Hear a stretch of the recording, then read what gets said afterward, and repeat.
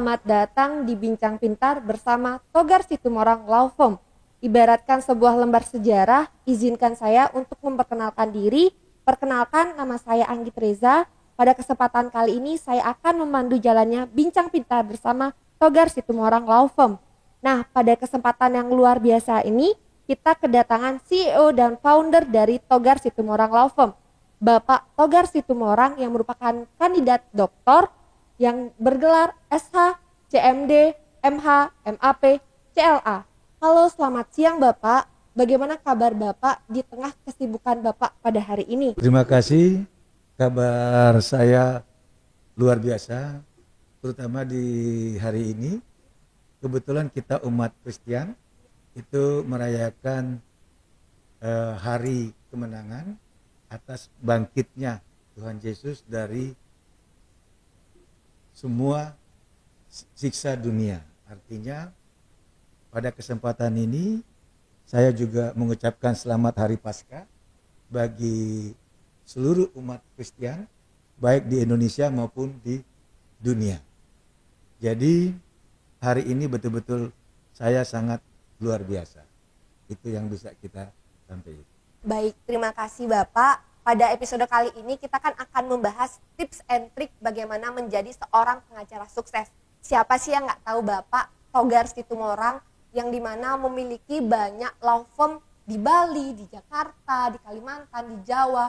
Nah, sebelum kita menuju ke tips and trik, bagaimana sih awal mula Bapak merintis sebagai seorang pengacara hingga Bapak ada di titik pada hari ini? Mungkin bisa diberikan motivasi juga buat mahasiswa hukum gitu Pak. Kalau kita ingin menjadi seorang pengacara, itu harus diawali kita ada satu keinginan, kemampuan untuk satu, rajin membaca. Karena kalau kita nggak rajin membaca, maka kita tidak akan bisa menghafal satu persatu pasal-pasal yang ada. Itu pertama. Lantas kedua, kita harus kuliah itu di bagian fakultas hukum. Nah, di dalam bagian fakultas hukum itu nanti kita lihat apa kira-kira yang memang bisa menjadi satu keinginan kita. Apakah kita nanti suatu saat hanya mendapatkan gelar sarjana hukum, atau betul-betul kita ingin cita-cita yang tadi, ingin menjadi seorang pengacara. Setelah kita lulus nanti sarjana hukum, berarti harus ada pendidikan khusus berkelanjutan, yaitu bernama PKPA. Nah, PKPA itu nanti di situ kita mempelajari seluk-beluk bagaimana tentang dunia advokat, tentang dunia kepengacaraan. Setelah kita lulus dari PKPA, itu memang tidak serta-merta. Harus melalui ujian kompetensi. Artinya ujian pendidikan sebagai seorang advokat. Nah, ini pun setelah kita lulus, itu tidak bisa kita lantas menjadi seorang advokat. Itu kita harus diangkat. Nah, diangkat sumpah di pengadilan tinggi. Itu harus nanti dijadwalkan oleh organisasi advokat yang memang kita ingin bernaung. Kebetulan ada beberapa organisasi advokat, tetapi pada kesempatan hari ini yang saya ingin ingatkan, carilah organisasi advokat yang memang mumpuni, yang memang sudah mengakar dan sesuai dengan aturan undang-undang, yaitu undang-undang advokat. Nah, kebetulan saya ini adalah seorang advokat dari organisasi advokat Pradi. Nah, Pradi yang kebetulan DPP kami ada di Selipi. Sehingga kita betul-betul menjiwai dan betul-betul mengetahui bagaimana keinginan kita ingin menjadi seorang advokat. Lalu juga setelah demikian, bagi yang baru lulus sarjana hukum ataupun usia, dan ini perlu juga diingat, usia minimal untuk menjadi seorang advokat itu 25 tahun.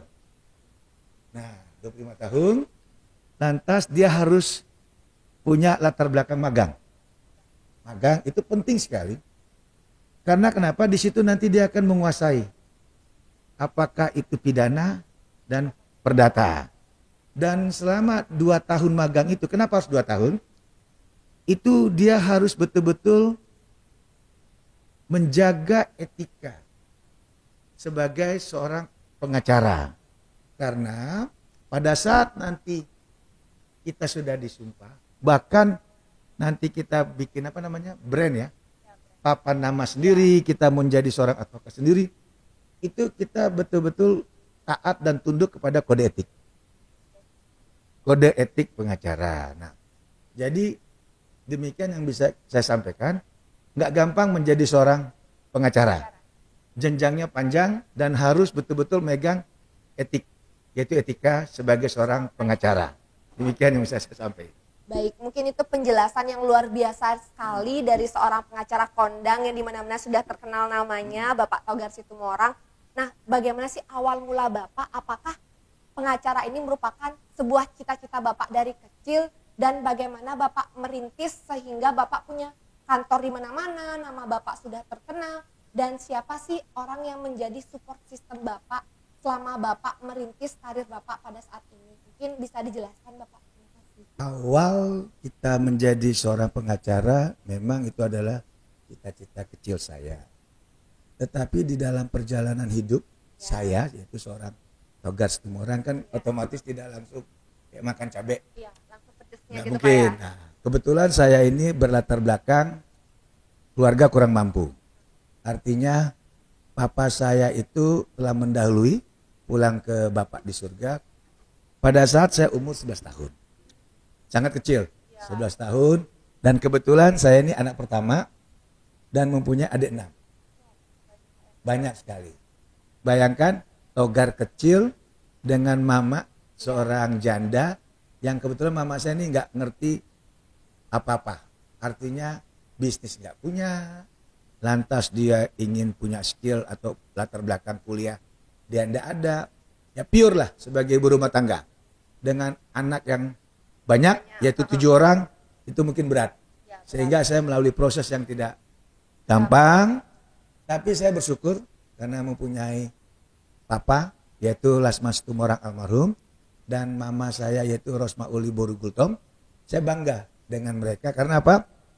Selama papa saya masih hidup, saya diberikan teladan, terutama sifat yang harus tetap tegar. Tegar itu dalam arti kata, apapun masalah, apapun problema kamu, apapun kehidupan kamu, kamu harus tetap berjuang. Nah, berangkat dari situ, saya terus berjuang, opportunities otomatis dari SMP, SMA, segala macam jenjang. Dan puji syukur, akhirnya saya bisa sampai ke jenjang. Waktu itu jenjang sampai kuliah, sarjana hukum, lantas kita tadi yang kita bilang melalui PKP ada seterusnya, sehingga pada saat ini saya menjadi seorang pengacara. Nah, karena sebagai seorang pengacara yang nggak gampang, otomatis saya juga mempertahankan reputasi, nama baik, itu betul-betul saya jaga, tidak saya sia-siakan, sehingga puji syukur yang tadi Mbak Anggi ngomong ya, bahwa saya mampu membuka beberapa kantor cabang, di mana juga pernah ada semacam tanda kutip nada miring, kok bisa kantor pengacara di mana-mana. Nah, pandangan sinis atau pandangan miring ini saya anggap itu adalah satu pecutan, suatu pompa untuk semangat, sehingga saya akan memberitahu kepada orang di luar sana bahwa di tahun ini yang karena semua kita yang tadi masuk zaman milenial ya. Zaman milenial kita ini tidak bisa terfokus di satu tempat, dan karena bidang saya adalah hukum kepengacaraan dan saya ingin melayani atau berjumpa atau mendapatkan klien di mana-mana, ya otomatis untuk memudahkan komunikasi, mendapatkan klien ataupun melayani masyarakat, ya saya buka di beberapa tempat. Yang tadi Mbak Agi bilang di Denpasar saja saya punya 3 kantor, lantas di Jakarta ada 2, lantas ada di Kalimantan, Cirebon, bahkan di Bandung, Pengalengan. Nah, itu yang bisa saya sampaikan pada Mbak Angginya. Ya luar biasa pengalaman itu ya. Nggak semua nih orang bisa berjuang benar-benar. Kalau bisa dilihat latar belakangnya Bapak benar-benar berjuang dari awal, dari nol sehingga sampai saat ini Bapak punya nama, kantor di mana-mana, tentunya sudah sering masuk berita dibilang pengacara kondang, seperti itu. Luar biasa sekali saya bisa menemani podcast pada hari ini bersama Bapak. Mungkin Pak kan seperti kita ketahui di sini juga banyak kantor-kantor pengacara, di mana-mana pasti banyak ada kantor pengacara. Bagaimana cara Bapak bersaing untuk mendapatkan klien dan untuk memenangkan kasus Bapak agar nantinya personal branding dan branding dari kantor Bapak itu tetap berada di posisi yang Bapak inginkan, seperti itu Bapak. Mungkin bisa dijawab Bapak. Tadi lupa saya sampaikan bahwa yang memotivasi saya itu adalah mama saya, orang tua saya, di mana mama saya ini sebagai seorang wanita tangguh yang tadi saya bilang, dia menghidupi anak yang 7. Nah, berangkat dari situ saya juga harus minimal itu membanggakan mama saya dengan kerja keras. Nah, kembali tadi dalam persaingan, saya tidak pernah menganggap kantor hukum yang ada itu suatu persaingan. Tidak. Malah mereka itu bagi saya adalah satu partner atau rekan. Sehingga saya akan menghormati rekan pengacara ataupun kantor-kantor hukum yang lainnya. Dan saya tidak merasa ada persaingan, saya tidak ada merasa istilahnya terusik ataupun diusik, karena itu tadi, saya percaya Tuhan, saya percaya takdir, saya tahu jodoh saya sama siapa, usia saya berapa, dan kalaupun sukses itu bukan karena saya, tapi karena Tuhan Yesus semata. Sehingga berangkat dari situ, saya menjalankan aktivitas kepengacaraan saya, itu going with the flow, artinya kayak air mengalir. Nah, dan saya percaya kalau memang Tuhan izinkan saya masih bangun, itu pasti saya akan meraih sukses. Nah, jadi saya tidak perlu ada sirik, tidak perlu ada iri ataupun dengki. Sehingga saya tidak akan menganggap kantor-kantor itu atau advokat-advokat itu adalah satu persaingan. Tidak. Nah, untuk menjaga branding, yang tadi Mbak Anggi bilang, branding ini perlu. Nah, salah satunya, pertama kita menjaga penampilan. Kedua, kita selalu meng-up daripada knowledge, ilmu pengetahuan kita.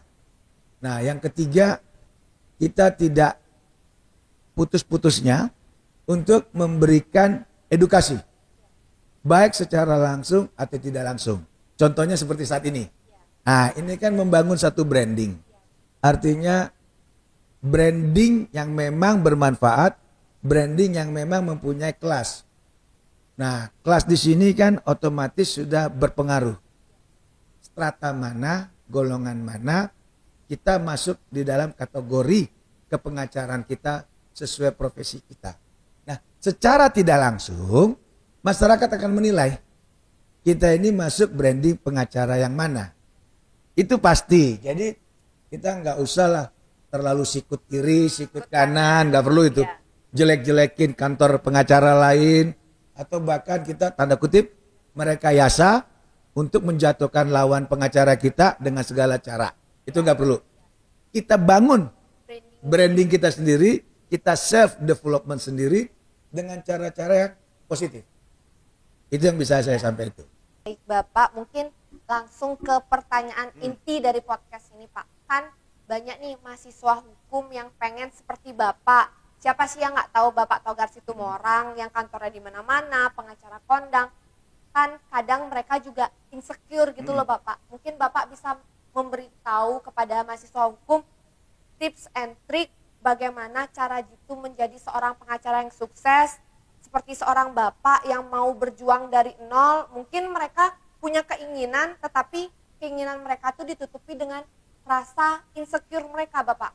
Kita kan zaman milenial kayak melihat orang yang ada di atas, bisa nggak sih kita kayak mereka seperti itu? Mungkin bisa Bapak berikan tips and triknya gitu Bapak. Saya rasa contoh kayak tadi seperti saya bilang, saya aja bisa. Kenapa kalian nggak bisa? Oleh sebab itu, apapun kalian di luar sana, apabila betul-betul ingin menjadi seorang pengacara atau advokat andal, kita betul-betul harus belajar yang serius. Kedua, harus betul-betul mengikuti pendidikan advokat yang benar. Dengan kita mau mengikuti organisasi advokat yang memang benar. Nah, lantas setelah kita menjadi seorang pengacara, itu kita harus tadi ngebangun branding. Branding diri kita, dan kita harus tekun menggali permasalahan hukum dari klien dengan sabar. Dengan sabar, sehingga si klien itu merasa nyaman. Dia bisa bercerita sama kita. Sehingga pada saat klien kita nyaman, kita itu akan mempersiapkan daripada protek ataupun langkah-langkah. Step by step-nya untuk hukum itu. Sehingga kita akan meraih satu sukses. Nah, dengan adanya sukses atau kemenangan, si klien ini merasa, oh, dia bantu gue sukses loh. Ini akan menjadi marketing kita. Marketing yang dahsyat dan luar biasa. Sehingga dia bisa ngomong kemana-mana dan klien kita makin tambah banyak. Nah, itu yang harus dijaga tipsnya. Yaitu apa? Usahakan klien kita nyaman. Kedua, usahakan klien kita itu merasa aman. Dan yang ketiga, usahakan klien kita itu punya keyakinan. Wajib. Tiga ini mereka sudah serahkan ke kita, pasti kita pun akan berjalan dengan yakin bahwa klien kita patut dibela hak-haknya. Gitu. Baik, itu merupakan tips and trick yang diberikan oleh Bapak Togar Situmorang. Mungkin untuk menutup podcast kita hari ini, Bapak bisa memberikan closing statement Bapak untuk memotivasi teman-teman kita yang sedang berjuang merintis karirnya. Mungkin bisa langsung saja Bapak. Untuk closing statement saya mempunyai moto melayani. Artinya melayani bukan dilayani. Oleh sebab itu, barang siapa yang ingin menjadi seorang pengacara, buatlah diri kalian sebagai pelayan. Kita utamakan service. Utamakan kita melayani, bukan mau dilayani. Dengan adanya kita melayani mereka dengan sepenuh hati, dan nantinya kita minta bimbingan Tuhan agar kita bisa menangani kasus dengan baik, dan nanti hasilnya kita memenangkan perkara itu, percayalah, otomatis ada harga yang akan kita dapatkan. Itu yang bisa saya sampaikan, yaitu melayani, bukan dilayani. Baik, terima kasih banyak Bapak. Di tengah kesibukan yang luar biasa, Bapak bisa memberikan tips and trick melalui podcast ini kepada teman-teman yang sedang berjuang. Mungkin izinkan saya menyampaikan closing statement saya. Selalu yang menjadi motivasi saya selama ini, Bunga Mawar tidak pernah mempropagandakan harum semerbaknya, karena harum semerbaknya akan tersebar di sekelilingnya. Baik, sekian yang dapat kita bincang pintar hari ini bersama Togar Situmorang Law Firm. Nantikan episode-episode selanjutnya bersama Togar Situmorang Law Firm. Sampai bertemu kembali.